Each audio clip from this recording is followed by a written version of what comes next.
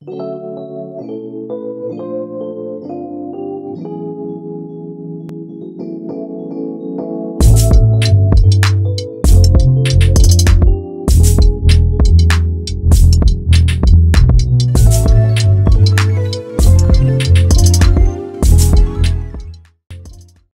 welcome everyone to the Walt Weekly Friday Live. My co-host Walter Latham is on break this week.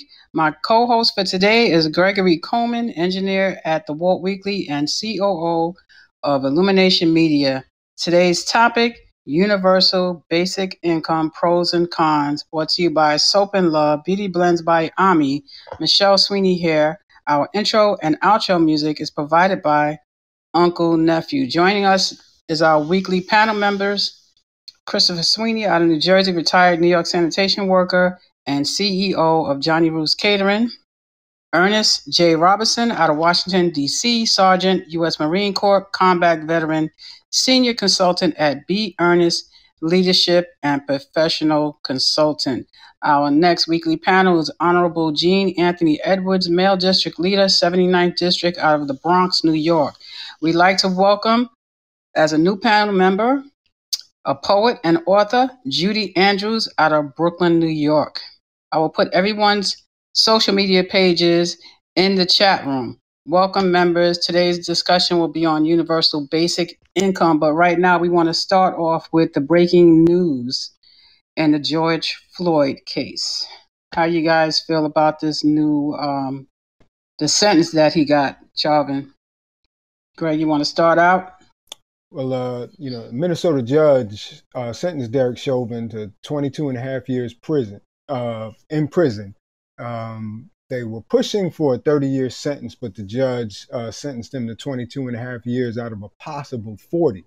So, I really don't have any objection to him getting that 22 and a half years. I didn't realistically think he was going to get it any more than that. And unfortunately, I was almost expecting him to get less, but noteworthy that he got a strong sentence.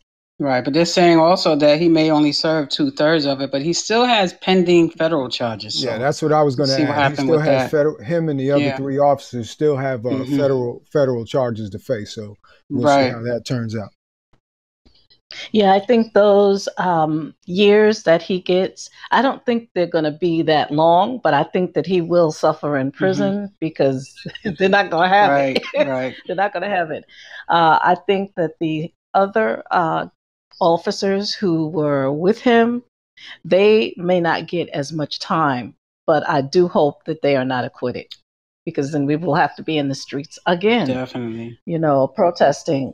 But I'm hoping that this sentence sends some kind of message to the police, because if we defund the police, there's still going to be an issue, because the structure is so intense that if you deal just with one person, it's not enough. It has to be an entire unit across the board in the United States.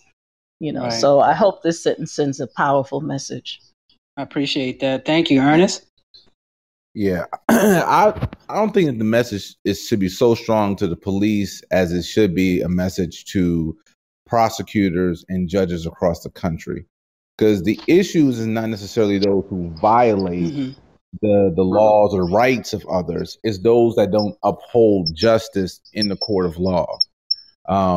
Because people who are going to break the law, they're going to break the law.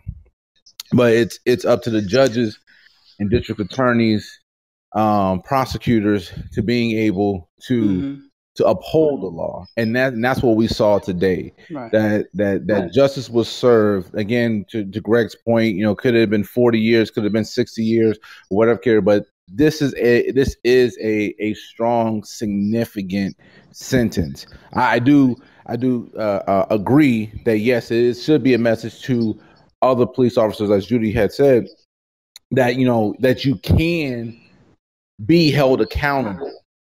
And I think that this judge has and the prosecution has kind of laid it out as a pathway for this to be mimicked. So this now becomes case law, and like cases that are going to cases are going to be like it in the future should be held to the same standard. Absolutely, absolutely. Chris, can you come in to comment about this case, the sentencing, or you busy? Oh yes, got a little comment to make about that, and the people in the cheap seats. I am so happy that I'm so happy that the verdict came down. Well, not the verdict. The judge gave him the 22 and a half years. I do believe he's going to serve some more time with the federal end of it, and it sends a strong message to police officers. We don't want to get rid of you, but if you're misbehaving, you're gonna pay a price, and that's all that's all people want. They want a fair shot at this, right? You know, right. At the end of the day, nobody wants to get rid of the police. We know they serve a purpose. People want to be safe in their communities, but we want to be safe from the police as well. So, thank God that came down. Beautiful thing. Awesome. Thank you for that, Gene. Yeah, I was basically satisfied. You know, I've seen people get 40 years for, murder too, which is attempted murder, but I wasn't expecting him to get the max. But I'm pretty much satisfied. 22 and a half. He'll do like 80% of his time. So he'll probably do like 15 years, but still, that's 15 years in jail.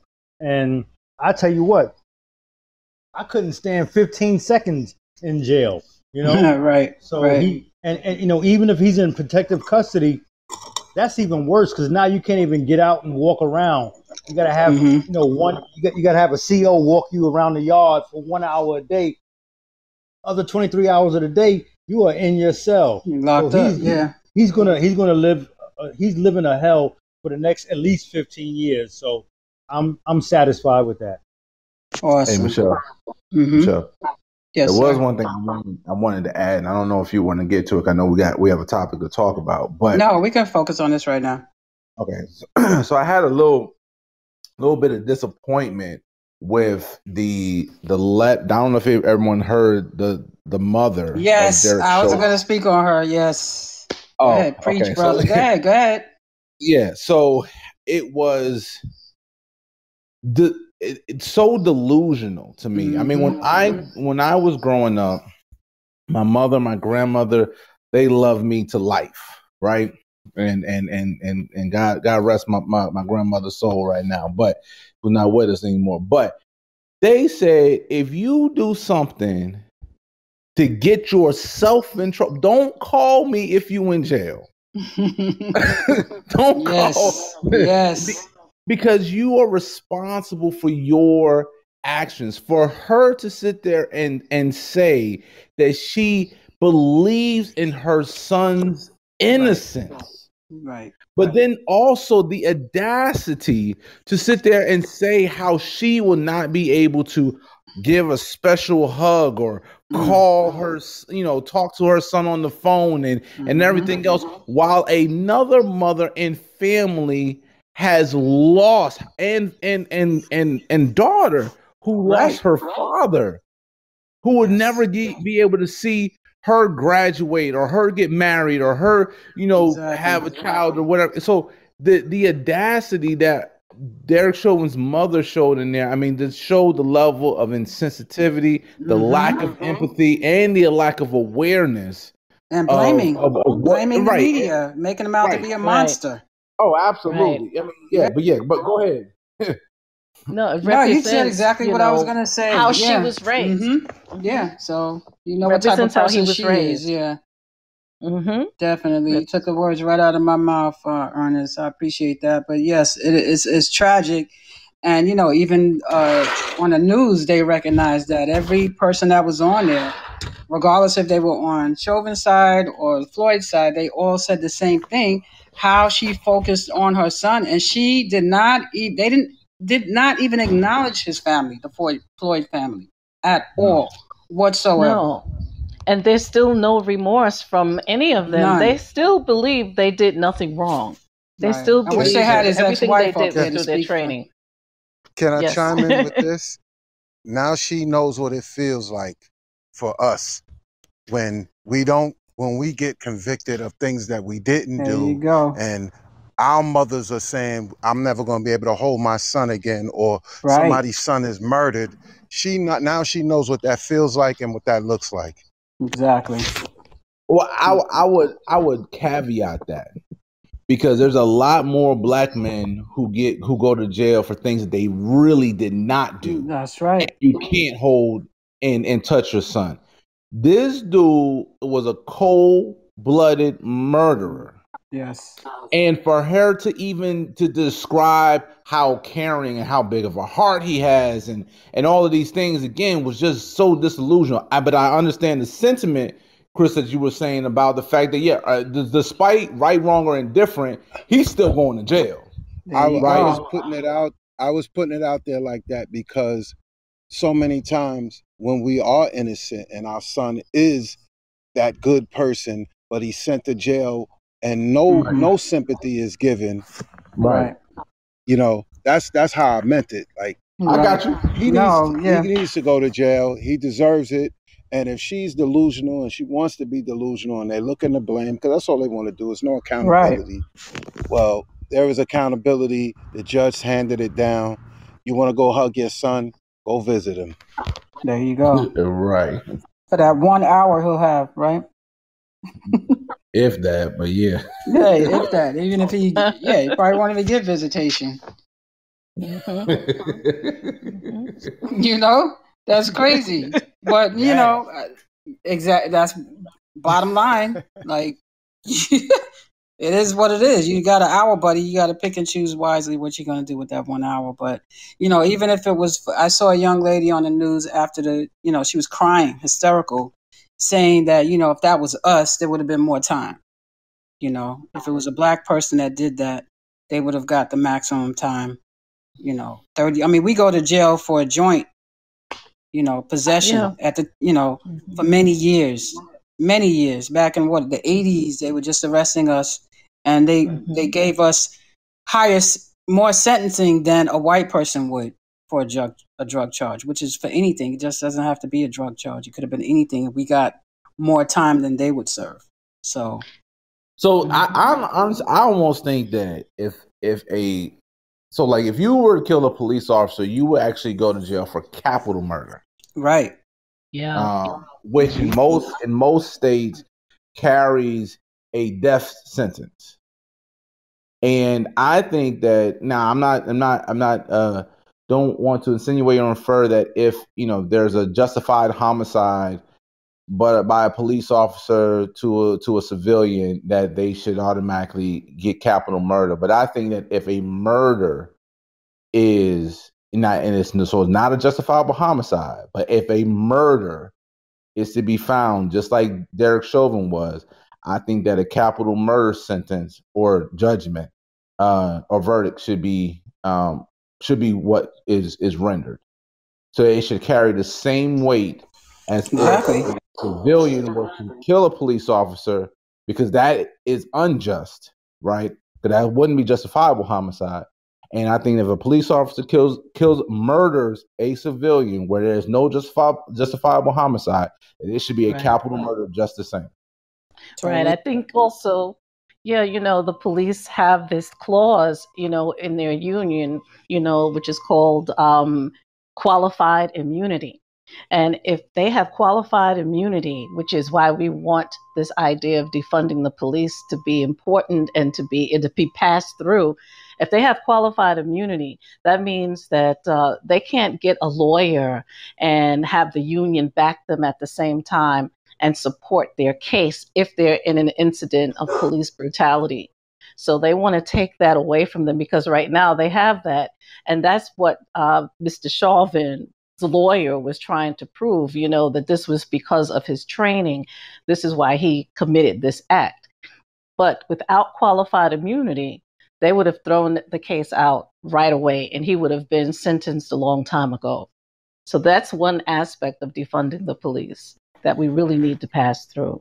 Judy, I agree with you. I think that's one of the institutions really that has to be attacked on so many different fronts. That concept of qualified immunity, that's going to, in so many states and so many jurisdictions, there's different ways where they implement that, but that's what has to be attacked next.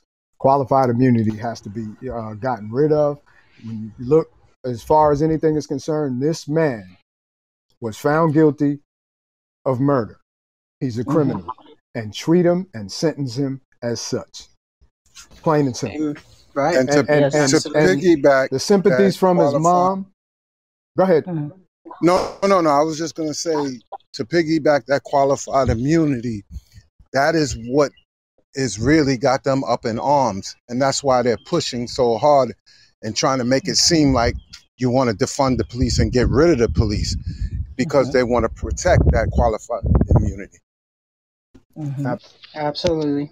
I think that the term defund the police should be, I think they need to coin a different term, because again, we're not trying to get rid of the police.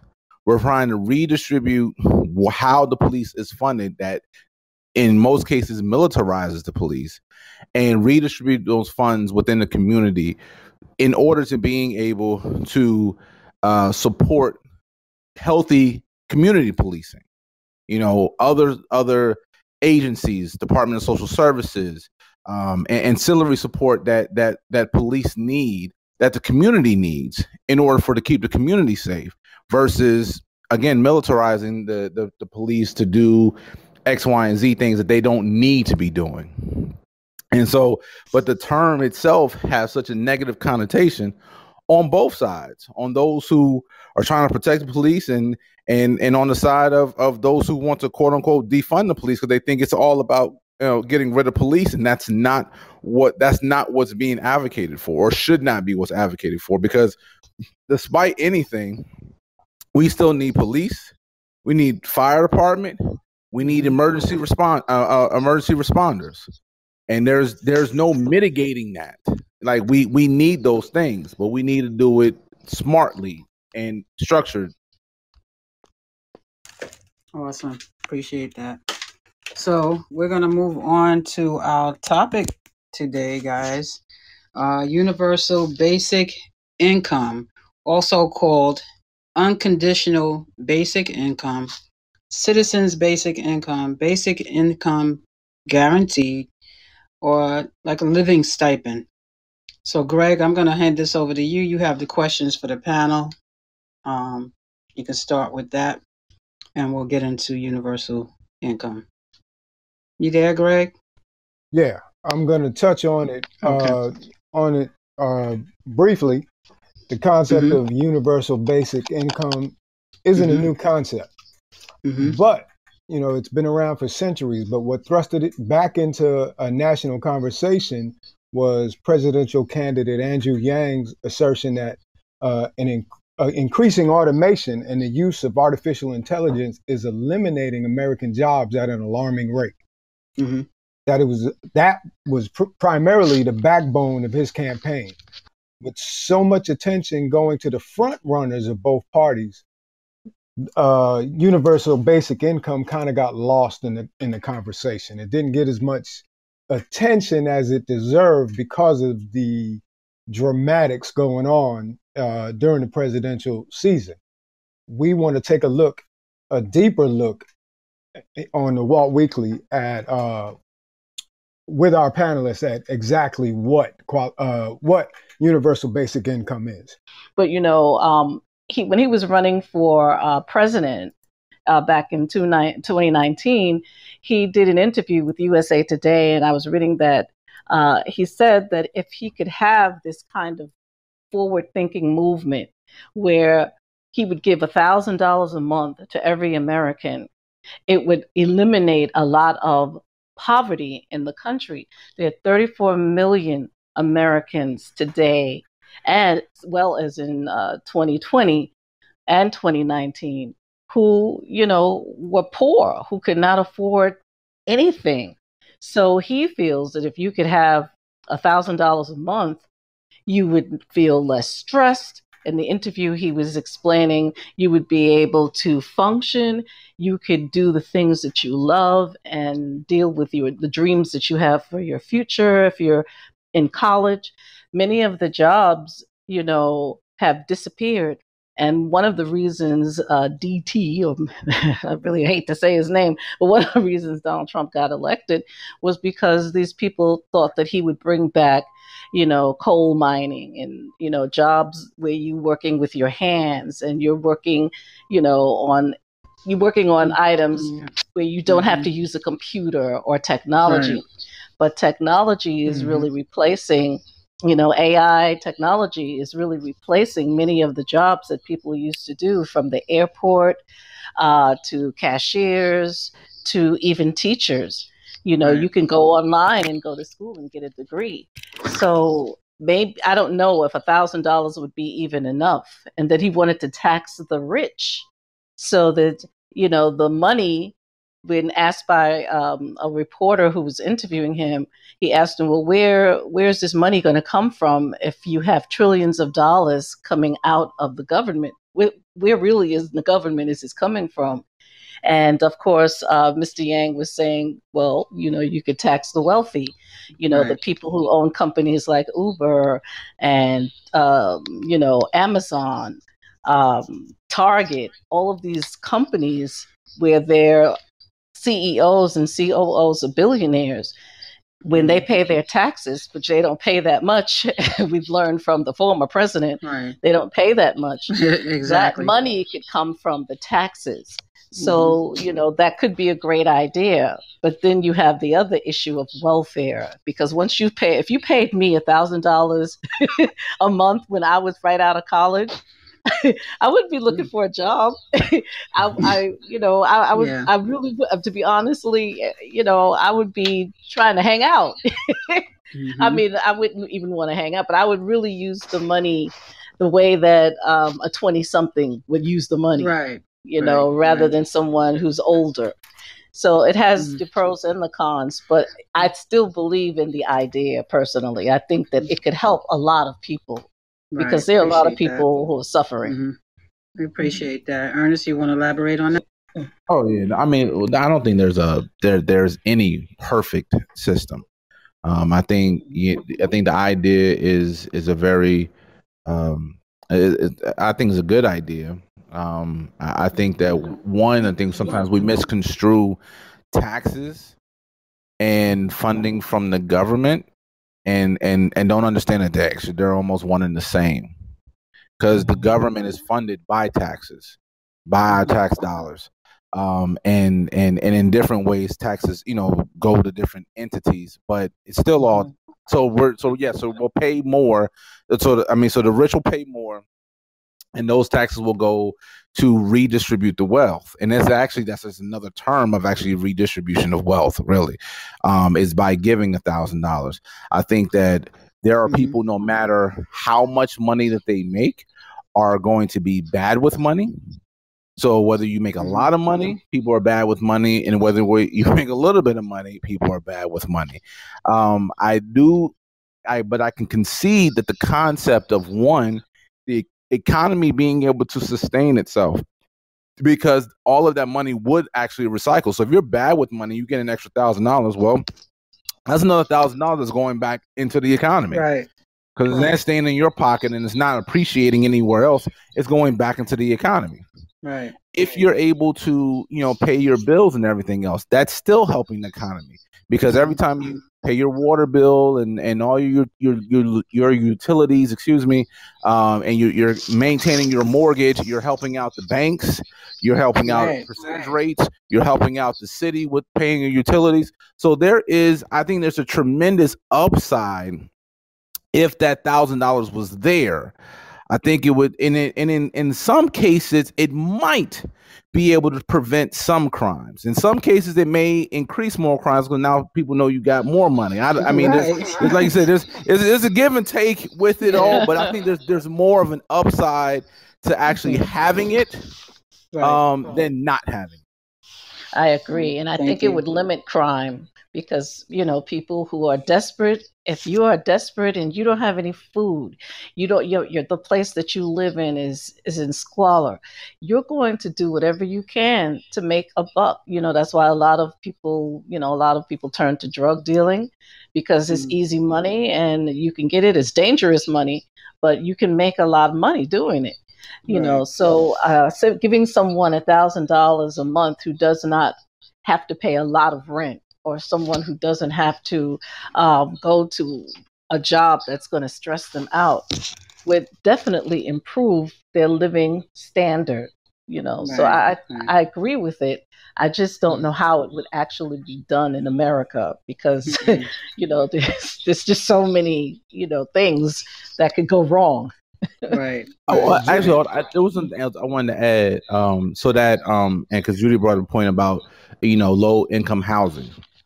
So I used to work in social services, and I knew some of our clients that came in, their rent was only $10 a month. I mean, that was their whole rent.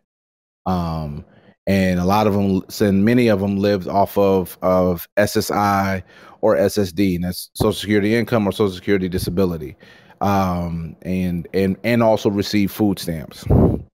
And so in some cases, for those who are trying to save cash, because a lot of times their Social Security would be taken for their rent and they pay $10 in cash, or sometimes it would be or they just had enough to being able to maybe pay their car note or pay something else. So if they did have $1,000 and there was, let's say, and many times there are single mothers who are subjected to this kind of living, but if she were able to receive an additional $1,000 a month, realistically, she'll be able to save that money over periods of time and be able to move out of that project area, because she would have the resources to do so.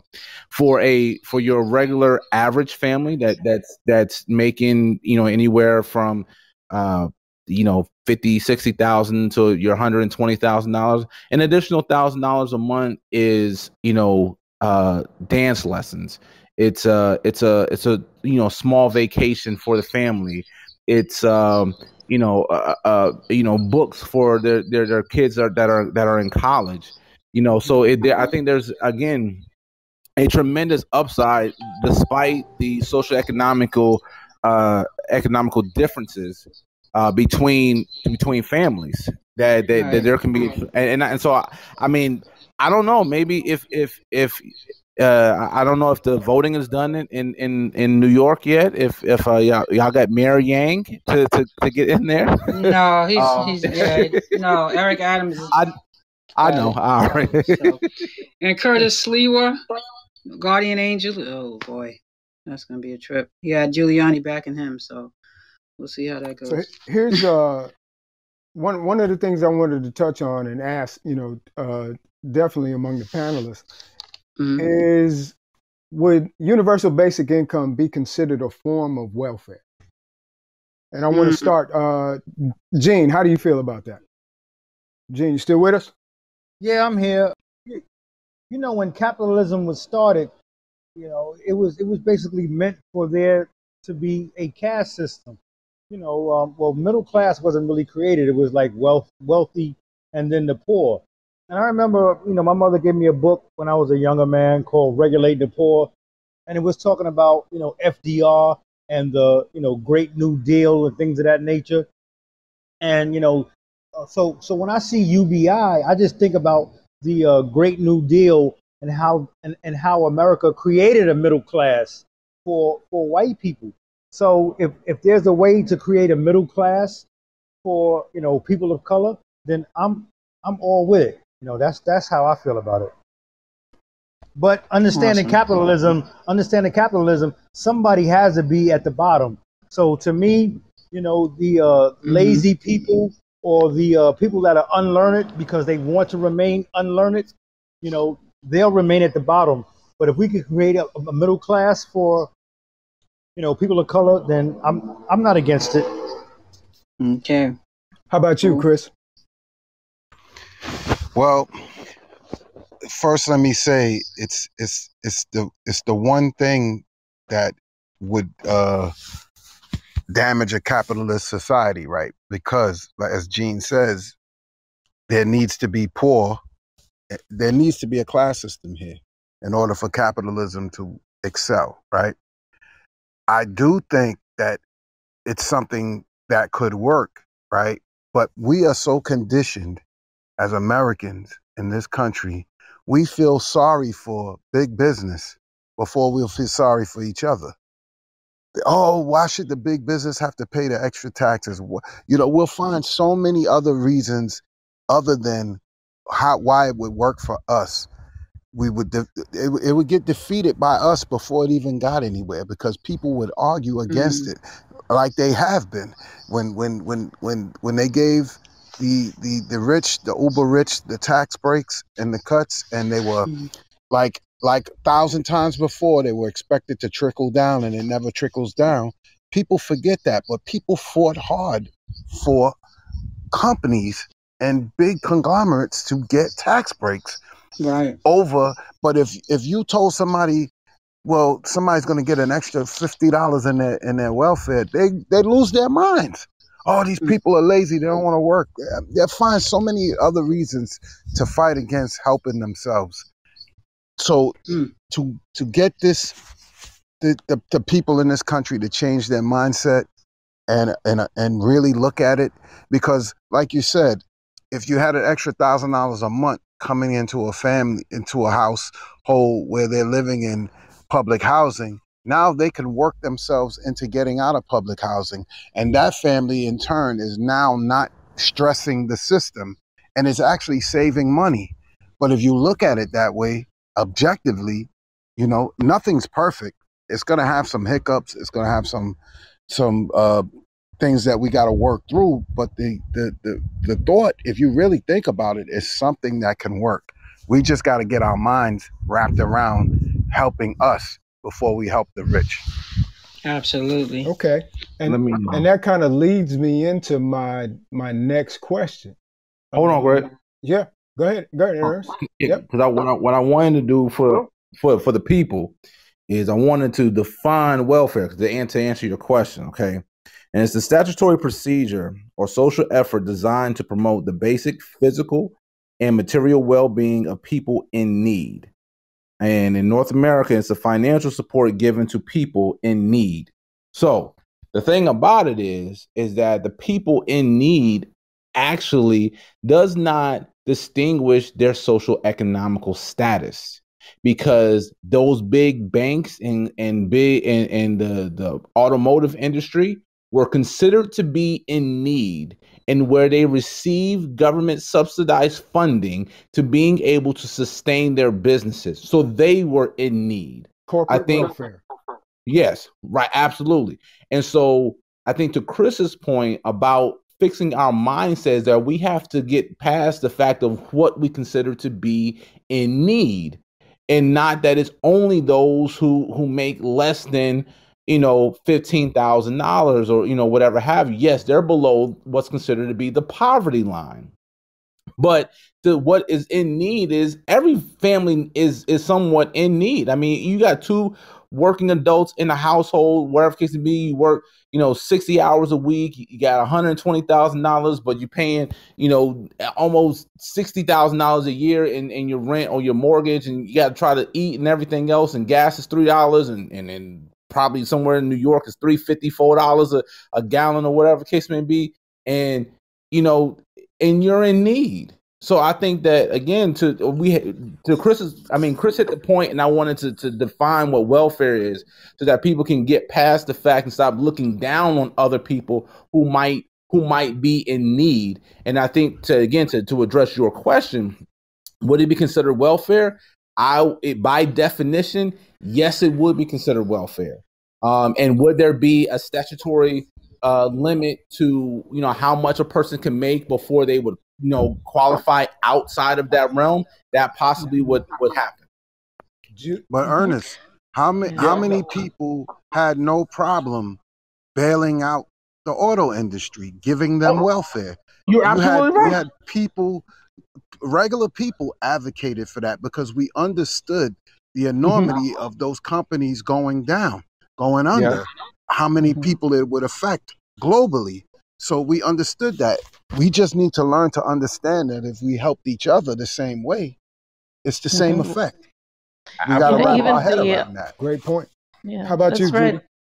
Yes, even everyone who's paying taxes, the tax-paying population, they receive an earned income credit. every year. But it's based on your gross salary. So you have to fit a certain line or baseline in order to be able to receive it. So welfare, everybody is going to be getting it. So it's not like, this universal basic income would be given to every American. If that's the case, every American can still prosper, whether or not they are lazy, quote unquote, or whether or not they can use that money to save later on in life. It would still help so many people. There are always going to be, this is a capitalist society, as Jean said, and there's always going to be people who are down on their luck and can't see a way out and are hopeless. But if you give them a little hope, someone who can get that much money can maybe look for the future or look toward the future. Not everyone in the projects wants to just hang out. People really want to, live a better life. And they're always searching to find a way to live a better life. So it's not a handout. And that's the problem with Reaganomics. He began this idea of the welfare queen. And, there's this idea that, which is what Republicans now use to avoid having any kind of program that helps an American. They believe you want a handout. You want to pull yourself up by you got to pull yourself up by your bootstraps. Well, in reality, people just want to live better. They want to be able to provide for their families, have some type of education, and move on to buy something or live a quality of life that, celebrates them. So any amount of money would really be helpful. Not everyone is going to, lay back and say, well, I'm not going to work. I'm just going to do what I want to do. I think that once they get that, they will find other ways. And we always, because we're a capitalist society, we always have that criminal element. That's there. And it's a given because of human nature. But the majority of people really want to live a better life. That's what I really think. And, they want to live that unreachable dream that only maybe 1% of people really ever get in this country. So giving $1,000 a month is a good thing. Everyone will get it, but there are going to be problems. But I don't think it would be bad to have that money. Okay. And like you said, I agree that earned income credit is almost in another way some form of universal basic income. I think that's in another form, and right. that leads me to: do you think as a society we should be eliminating those stigmas that we place on the categories of capitalism and socialism, and should there be some type of middle ground? I know, the arguments on both sides of universal basic income are, one, it's capitalist, the other, it's socialist. We're a capitalist society and this is too socialist. But do you think there should be some middle ground between that capitalism and socialism labels? We're going, Ernest, how do you feel about that?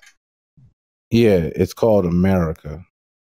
Because to the point, there are some things that we do that would be considered socialist. And some things that we do where we're more capitalistic about. The middle ground is the simple fact that we're able to have both being able to coexist. We have a government that provides subsidies. Provided subsidies for the uber rich, has provided subsidies for the most in need and poor, well below the poverty line. And that's how we have been able to exist and operate for decades, if not much longer than that. I think what happens is that we take one particular program, if it happens to benefit this particular group more than another group, then now it becomes more, we're not going to be a socialist country. Then that's not who we are, because no one's ever stopped anyone from being able to make money. Just because you happen to being able to provide a social program or some outreach effort for a particular demographic that's in need. So, I mean, and so that goes from the farmers who receive subsidies all the time. That's welfare. That's a socialist program. And so the same people that tout all of these particular talking points and misconstruing words and perverting definitions really need to just become more educated and more aware and realize that that we are in a cohabitating for lack of better words or where we're in a society where it coexists, where socialists and capitalists coexist to where it's really the definition of America. How about you, Shell? Well, I want to say I'm a proud retiree from a socialist program. I worked for the city. I paid by the taxpayers. I mean, You're right. It's the truth. Yeah. That's a socialist program. And so many people, police officers, firefighters, EMS, EMT, sanitation, transit, those are all benefiting from a socialist program. And people don't even, so they're out there arguing for something, against something. Really, they're arguing against themselves because that's what's feeding you. And teachers. I have a pension. Thank God. Hey, Chris, but, Chris, this is how they mask the different departments that you mentioned. This is how they mask it being a socialism. They call it a municipal job. You know, like you're working for a municipality. You know, being a city worker. Well, absolutely. It's taxpayer money paying for these services. I get a monthly paycheck from the Veterans Association, and you can't get any more socialist than that. And I don't have any problem with it.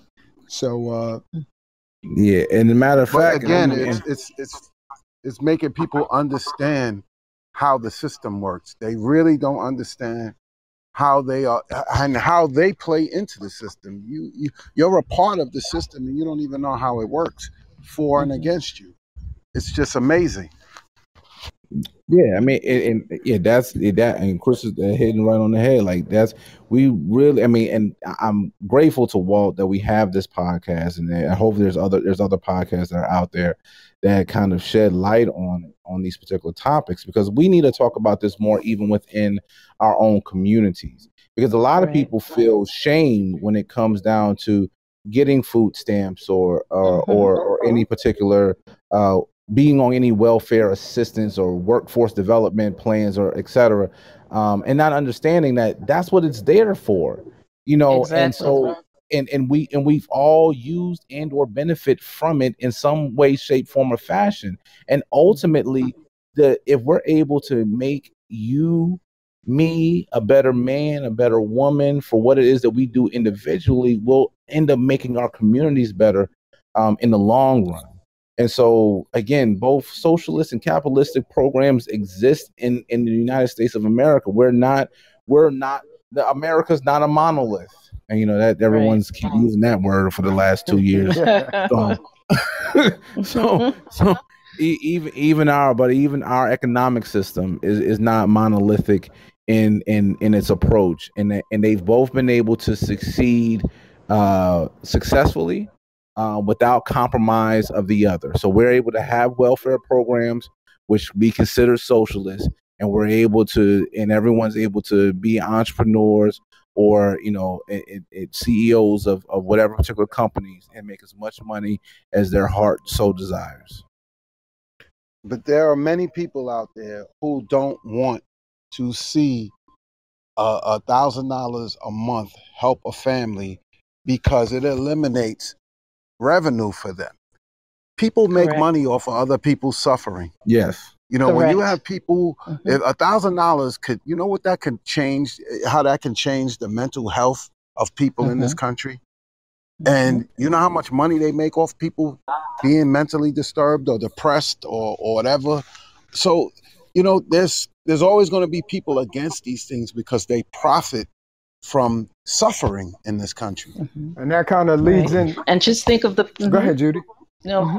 Oh, no, I was just going to say, and just think of the people who in Miami who have no place to live now. They have no place to live. These are whole families who have nowhere to go, no place to live. They have to start. They lost everything when that building caved in. When that building, well, I don't know what to say about it, but when it caved in, they have nothing, nowhere to go. The people who survived. So wouldn't a program like, universal basic, income help people like that? That's what it's there for. That's what, quote How, unquote, the how many welfare people? program is there for. Oh, sir. How many people in that building were probably against it? Until you need it, you don't know that you need it. That's very true. That is very true. So if the people are the ones to gain, the people as a whole would gain from a UBI system, who's the section of society that would lose? Who are these people that say there would be something lost in implementing a universal basic income system? Greedy people. The No, rich. I don't even think the very rich wealthy. would, but they won't be affected because, again, people are going to It's gonna spend their money, put it right back put it into back it. into society. It's going to recycle. It's just people who are there's a difference between wealthy people and greedy people. And there are people out there that just are greedy. It's never enough money for them. Yep. Certainly. That's true. You got any insight on that, Gene? Correct. Greedy people. Yeah. I think the wealthy, especially the corporations, they would do well because with people at a lower income getting that boost, every month, all they're going to do is run to Target and Walmart, like Ernest said, and they're going to give it right back. They're not going to invest in index funds or anything like that because they haven't been taught how to make their money work. So Right. I think the economy is going to have a boost. Hennessy, you need to invest your stock in Hennessy if they come out with this UBI. Wow. They're going to make some money. They're gonna make a lot of money. So- Hennessy and Nike. Yeah. I think Well, that's where education will come in. You really Yeah. would have to start teaching You gotta people, educate people. how to invest, and you really need to do that when they're in high school or elementary school. They need to learn it. I didn't really learn it until I was in my 20s. That I better put some money into that TDA instead of just spending my entire check on a Gucci bag. It's important for you to learn the different, the stock market. You need to know about dividends. You need to know about appreciation, depreciation. Those are terms that are not really taught in school or until you get into college. So maybe, through education, maybe in a math class in elementary school, there are some schools that are doing it, where the kids are investing in the stock market and they need to understand the trends of the stock market. But there are different, ways of earning wealth that children need to be taught, how to buy a house. What do you need to do in order to buy a house? Do you need to have a mortgage evaluation?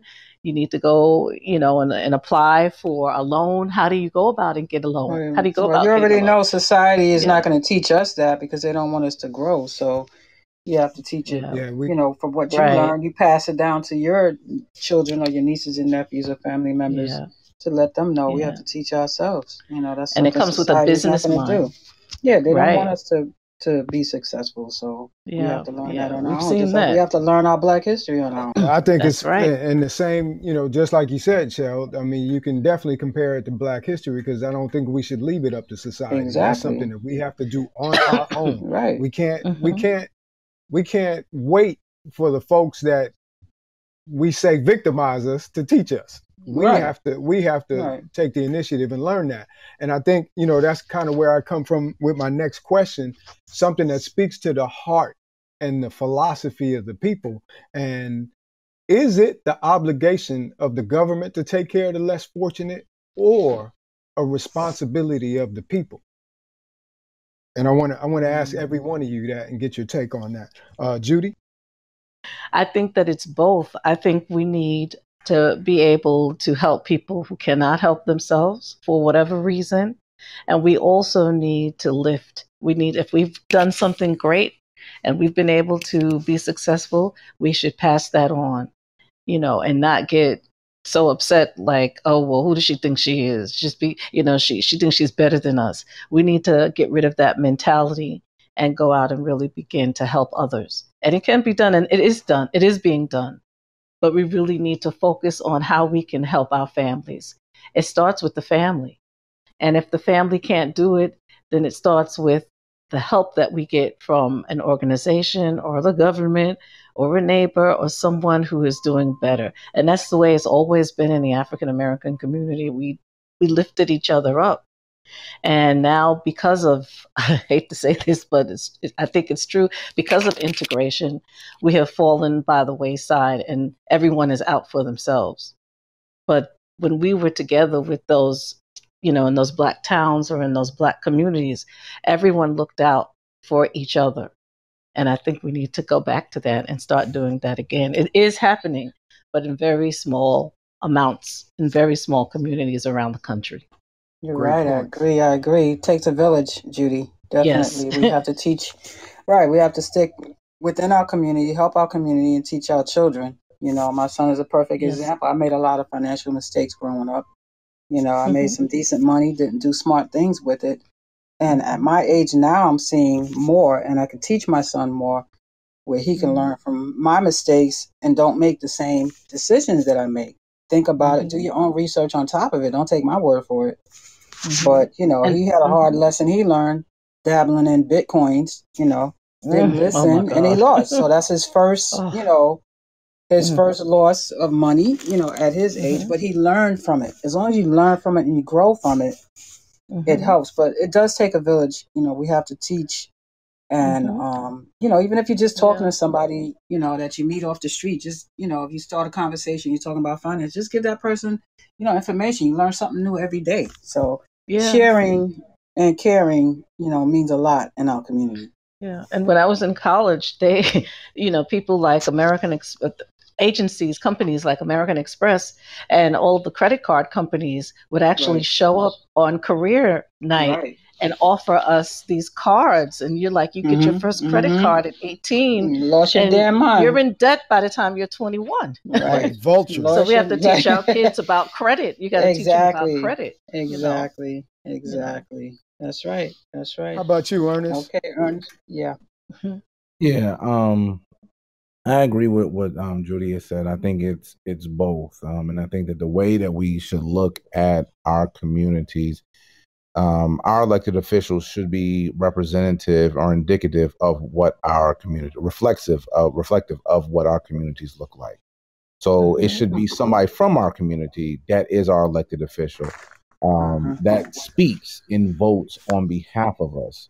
But we should engineer, put together the drafts and proposals for whatever particular bills that we want to be laid out that's going to help govern us.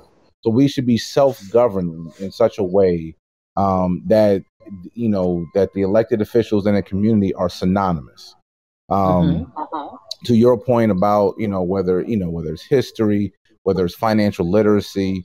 No, there should not be a government entity that should tell us how, when, and where to being able to do that. I think we should take much more initiative and be much more intentional about how we educate ourselves and our community as a whole. And something that remains consistent is why we oftentimes get so caught up in the feeling of sharing and the notion of educating one another, but we won't endure and do it constantly, consistently, grooming somebody else to come behind us. There was a point in time where we did not have internet and we did not have books. It was the elders who would tell the stories, and I'm talking about back in Africa and back during slavery. When we didn't have a whole bunch of books and we didn't have a whole bunch of stuff, but it was the stories and the lessons that were being taught. And we have so many tools that we should be doing such a much better job at being able to teach and reach those that need it the most. But Again, the short answer is yeah, it's both. It's both the community, it's both the people, as well as the elected officials that have the responsibility. But the elected officials should be reflective of our community. Absolutely. Well, is that really how it is? Like, let's look at how the tax dollars is distributed, right? New York, California, big states pay high taxes. A large chunk of that money is divided and divvied up into places like Kentucky, Tennessee, all of these places that don't generate that much income and tax, right? And tax revenue. But yet, the way the electoral system is set up, as far as voting, they get a louder voice than we do, and our money is funding it.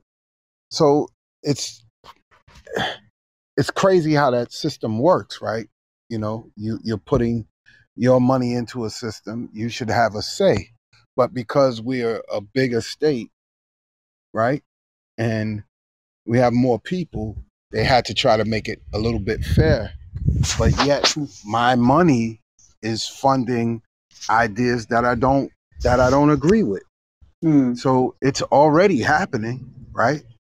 So right. It has to be up to the people to regulate it, because government doesn't work when right. in that regard. I just tried to make I don't know if I made that example clear to everybody, but it doesn't really work that way. Well, you definitely explained the scenario.